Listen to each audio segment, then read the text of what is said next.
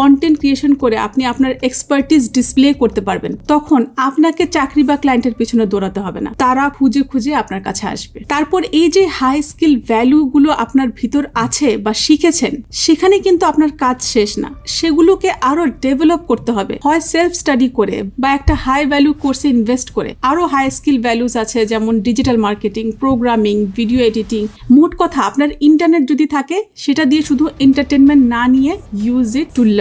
এখানে শেষ না, অনেকেই কোর্স করে কমপ্লেন করে যে যেই কোর্স করেছে সেটা কোনো কাজেই দেয় না। সেটার মেইন কারণ হচ্ছে এই নেক্সট স্টেপটা মিস করে বেশিরভাগ মানুষ।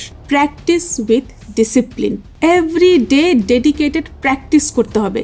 যাই শিখেছেন সেটা দিয়ে সাইড বাই সাইড প্র্যাকটিস করতে থাকতে হবে। অনেকে আছে ইউটিউবে এডিটিং শেখার জন্য সব এডিটিং ভিডিওস ইউটিউবে দেখা শেষ তার, কিন্তু একটাও নিজে প্র্যাকটিস করে নাই। এটা এমন যেমন হাউ টু সুইম বই পড়ে সাঁতার কাটা শিখে ফেলতে চাচ্ছে।